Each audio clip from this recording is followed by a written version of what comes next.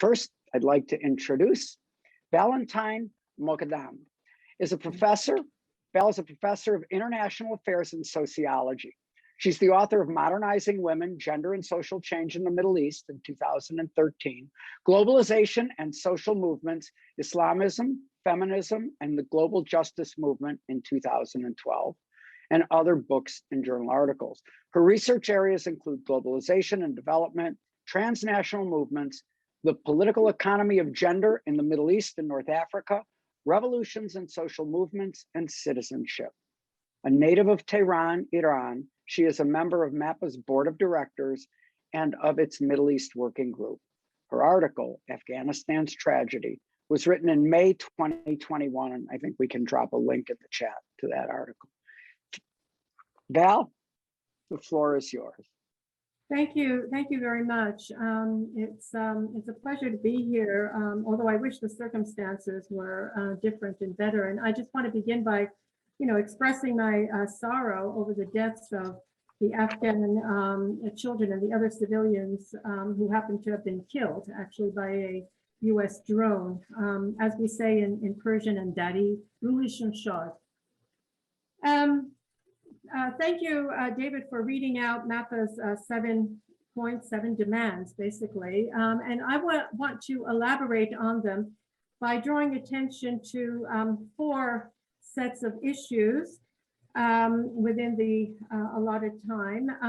And I want to begin with a little bit of history and context, because I think that's important for people to understand the kind of country that the U.S. began intervening in, and the kind of country that we're talking about today as well. So when we're speaking about the historical context, I think a key question is really what national and international forces and factors helped create these decades of conflict and crisis in Afghanistan.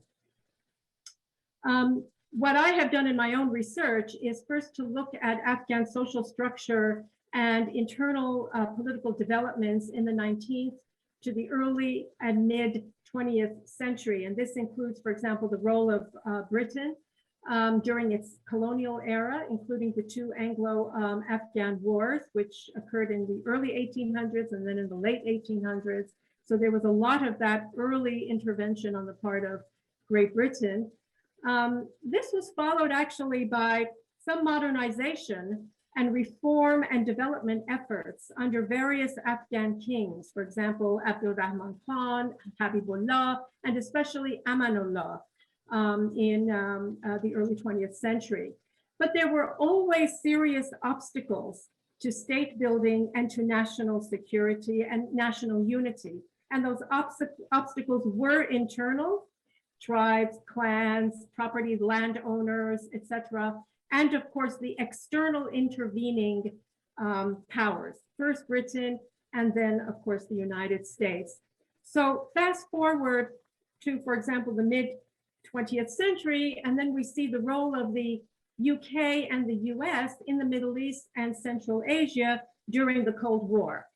After the 1953 coup d'etat in Iran, which was, of course, fomented by the UK and the US, an organization called CENTO was formed. That was the Central Treaty Organization, also known as the Baghdad Pact, a military alliance formed in 1955 that was comprised of Iran, Iraq, Pakistan, Turkey, and the UK and the US joined in 1958. It was dissolved in 1979.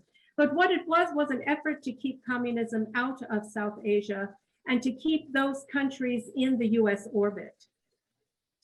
But it was also anti-communism that drove the Carter administration to destabilize what was a modernizing left-wing government that came to power in April of 1978.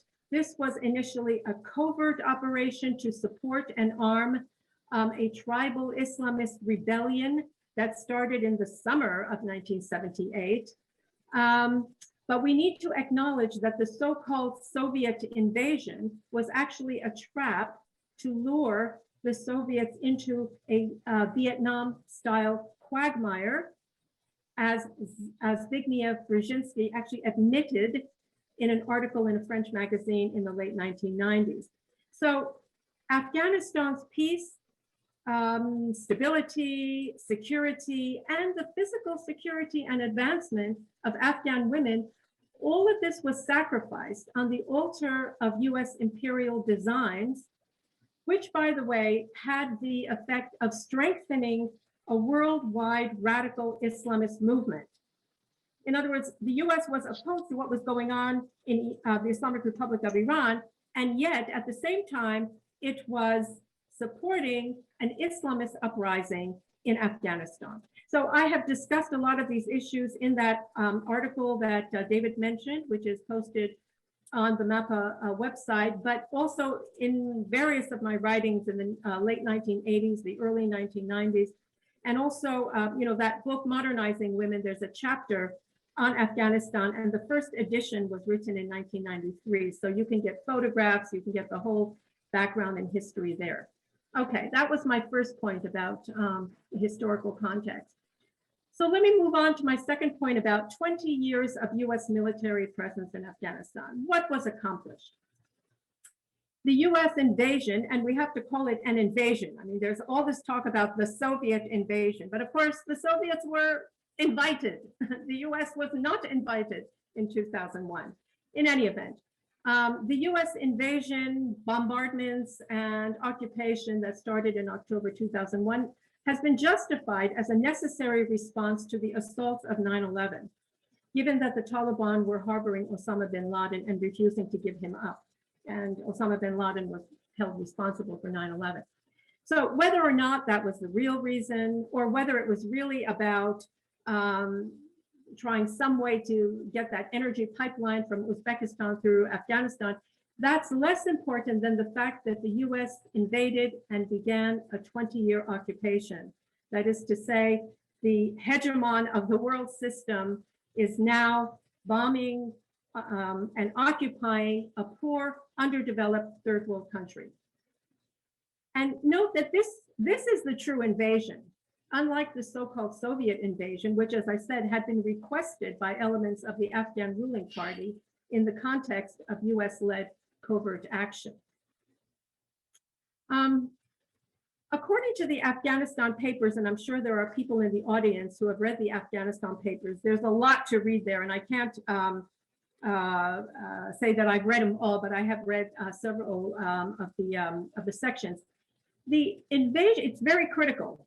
The Afghanistan papers point out that the invasion and occupation were devoid of strategy and goals.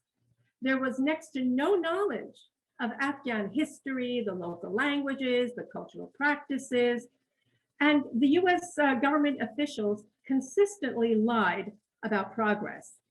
The Hamid Karzai government was unable or unwilling to engage in building institutions, trust, legitimacy, and unity, and was beset by electoral fraud and corruption. Karzai himself had been based in Pakistan and was a fundraiser for the Mujahideen rebellion during the 1980s. And he continues to have a rather erratic set of political tendencies. During this time, poppy production continued, much to the dismay of neighboring Iran, which has suffered high addiction rates from cross-border drug smuggling. So, during this 20-year occupation, the Taliban resurgence of 2006 resulted in US troop surges and drone strikes that only added to the people's physical insecurity and to the illegitimacy of the central authorities, not to mention the US and the NATO forces themselves. Meanwhile, the Taliban were gaining strength in the south and eastern part of the country, and they were constantly aided and abetted by whom? A US ally, Pakistan.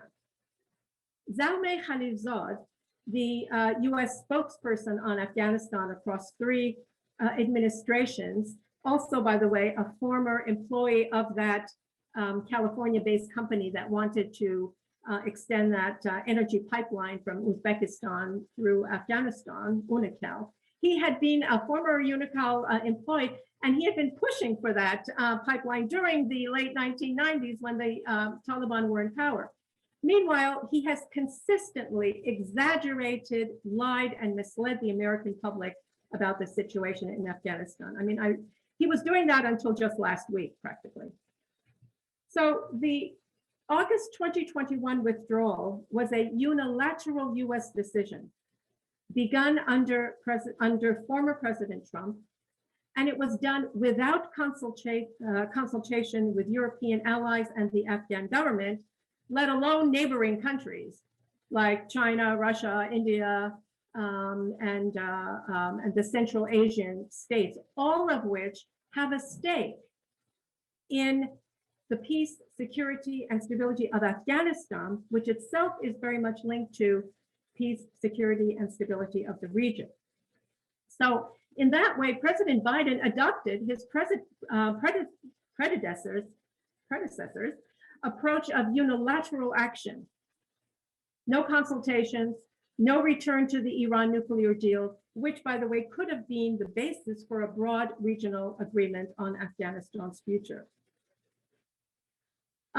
President Biden, in his first address after the Taliban takeover, which I found his address quite heartless, actually, blamed the collapse on the Afghans, the Afghan government, the military, and yet the US itself has been largely at fault.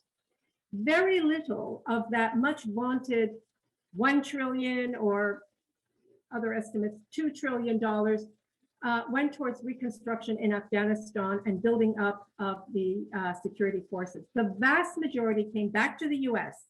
The vast majority of the money that the treasure, as Biden put it, that the US spent, came back to the US in the form of salaries, healthcare, pensions for US military personnel, payments to private US contractors, and allocations to US corporations for the purchase of weapons. Despite President Biden's denigration of the Afghan government and security forces, we have to acknowledge that the Afghan military took huge hits over the past 20 years, and government officials were often targeted for assassination. Still, it should be noted that many Afghan soldiers were under the command of, either foreign officers or VINA local commanders, and the central government, whether Hamid Karzai or Ashraf Ghani, never acquired the national reach, legitimacy that any state needs to govern effectively through the people's trust and loyalty.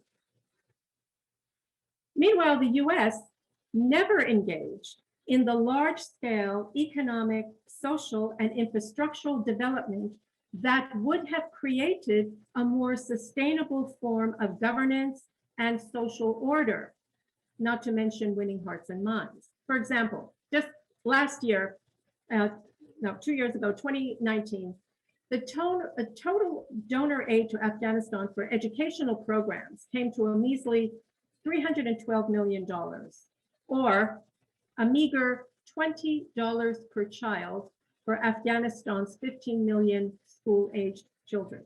By contrast, the US spent around $1 million per year per soldier for the thousands of US soldiers in Afghanistan. $20 per year for Afghan children, $1 million per year for US soldiers. This is why all that trillion or 2 trillion came back to the United States, in fact. So overall, and across the 20 years of US occupation, actually less than 2% went towards the necessary social, economic, and infrastructural development that Afghanistan needed to build a social base for example, self-governance, for its self-reliance, and so on. So as the world witnessed, the withdrawal this month was astonishingly shambolic, abandoning, for example, the Bagram air base and essentially leaving it to the Taliban fighters. The US also executed a poorly planned and chaotic departure of its own forces and contractors, but especially of the Afghan interpreters and other allies. So this is the result of official lying and data manipulation over the years, as has been documented in the Afghanistan papers, And in my judgment, it really reveals the American empire in free fall and in serious decline. So a third point has to do with that terrorist attack at the airport on just a few days ago on the 26th by ISIS Khorasan. Who's ISIS? Look, ISIS is the direct outgrowth of US foreign policy, specifically the invasion and occupation of Iraq in 2003, regime change in Libya, and the destabilization of Syria. Through its decades of anti-communist obsessions and through the destabilization of states it did not like, the US helped to spawn a Frankenstein's monster that continues to show its ugly face in various countries across the globe. Now, I'm not sure how Pakistan, Saudi Arabia, and Israel regard ISIS, but ISIS is perceived as a terrorist organization and an existential threat by other countries, notably Iran, whose eastern borders are now at risk. And as I mentioned, the porous border between Iran and Afghanistan enables a narcotics trade that has created a very serious social problem inside the country. Iran is likely to work with Russia and China to make sure that Islamist terrorists do not expand their reach and that the flow of opium and heroin is halted. It might also try, in that respect, it might also try to reach some kind of modus vivendi with the new Taliban government. So let me end on my fourth point, which is what is to be done, as Lenin wrote. Now, US decision makers, if they cared about anything other than their own immediate national security and economic interests, they would help broker a region-wide plan for peace and security that would include consultations and cooperation with Iran, Russia, China, India, and other partners for reconstruction, reconciliation, and social and economic development of Afghanistan. In addition to attention to the rights of women and girls, the Shia Hazara need protection from Sunni and Pashtun extremists, and they need to be part of an inclusive government. I have written in the past that the UN mandate for administration for Afghanistan, UNAMA, it should be extended and expanded. There should be a UN monitored trust fund for Afghanistan's immediate humanitarian needs, but especially for its longer term social and economic and infrastructural development for peace building and stability. And this trust fund has to be financed by the US, NATO partners, and the world's other rich countries that have been involved in the decades of destabilization and war. And of course, Afghanistan's neighbors, Iran, India, China, etc., should be centrally involved in the development, training, and educational and diplomacy efforts. I also think that there should be a full inquiry into the debacle of August 2021, but also into the past 20 years, or dare I say the past 40 years, of American involvement in Afghanistan. And it should not be a whitewash like the so-called Iraq Study Group report of 2006 was. There needs to be accountability and justice for the families of those Americans who needlessly served and died, for those Afghans who naively put their faith and hopes in the US presence, and for the country as a whole, which remains mired in conflict, chaos, and underdevelopment. And finally, the American people need to hold their leaders from both parties accountable for the long history of disastrous American military engagements and state destabilization. And they must insist that the US should henceforth conduct a peaceful and cooperative foreign policy, should reduce military spending while increasing social spending in the US and increasing development cooperation internationally. Thank you.